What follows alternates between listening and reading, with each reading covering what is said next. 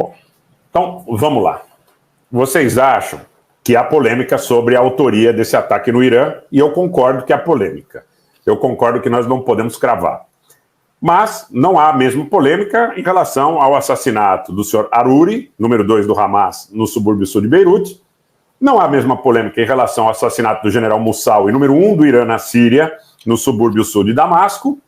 E não há a mesma polêmica no ataque de drones que matou líderes das forças especiais iraquianas, as chamadas Forças de Mobilização Popular, na Rua Palestina, a 300 metros do Ministério do Interior do Iraque, na manhã de hoje, horário local. Drones, muito provavelmente drones dos Estados Unidos, inclusive houve um pronunciamento de oficiais na Casa Branca dizendo que os Estados Unidos sim levaram a cabo essa operação porque acreditaram que estes líderes das Forças de Mobilização Popular, PMF em inglês, seriam uma ameaça para os interesses dos Estados Unidos no Iraque e assumiram mais um assassinato seletivo. Mais um assassinato seletivo nessa quinta-feira, dia 4 de janeiro. Então, o ano termina e começa com vários assassinatos seletivos levados a cabo tanto por Israel como pelos Estados Unidos, com drones, com aviões de guerra, com armas guiadas a laser sofisticadas. Hoje eu vi uma imagem de como estava a laje do local onde o senhor Aruri e membros do Hamas foram assassinados no dia 2, anteontem, no subúrbio sul de Beirute. São armas caríssimas, sofisticadíssimas. Não são armas que qualquer grupo terrorista, apócrifo ou desconhecido ou de percepção aí pouco crível em relação à sua declaração de responsabilidade possam adotar. Eu tenho a impressão que, como eu falei ontem, e eu já venho remarcando desde o assassinato do general Moussaoui, se as forças ligadas ao Hamas, aos grupos iranianos, ao Hezbollah, não mostrarem um poder de dissuasão suficientemente convincente para que esses assassinatos seletivos parem, isso só está começando. Só está começando. A mídia de Israel insiste praticamente todos os dias, e a gente acompanha até quase que por um dever de ofício, insiste praticamente todos os dias que novos atores importantes nas lideranças desses grupos serão, eles chamam eliminados por ataques seletivos. Então vamos recapitular. Nós já tivemos assassinatos seletivos na Síria, inúmeros, no Líbano, inúmeros também, talvez o relevante, esse que tirou a vida do número 2 do Hamas, o senhor Aruri, no subúrbio sul de Beirute. No Iraque,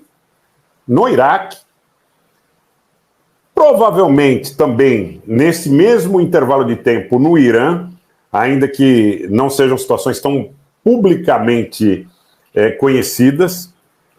As autoridades de Israel falam em mais de uma oportunidade de ações de assassinatos seletivos em Gaza, na Cisjordânia, no Irã, no Iraque, no Líbano e na Síria.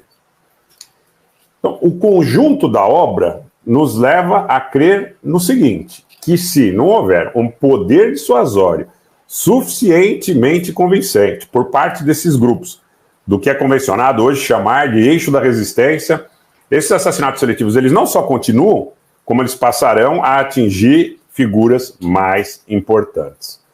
Eles, efetivamente, estão escalando, para que vocês tenham uma ideia.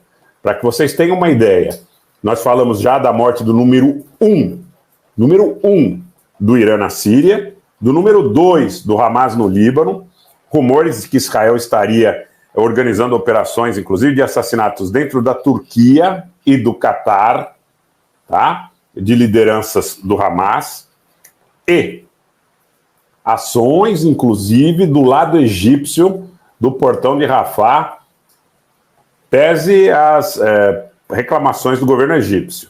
Tá? Então, esse contexto que nós estamos... Mas tem, Renata, tem.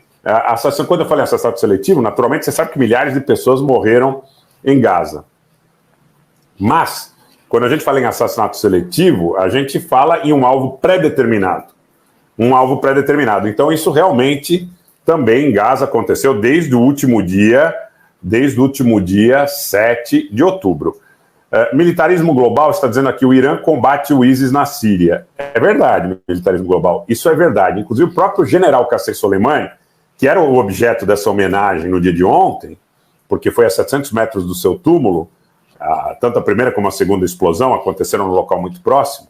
A segunda levou, inclusive, à morte de mais gente, inclusive equipes de médicos que chegavam ali para socorrer. E o general Qassem Soleimani, ele teve essa marca de ser o homem que derrotou ISIS, Al-Qaeda, o extremismo sunita, wahhabita, salafista, dentro da Síria.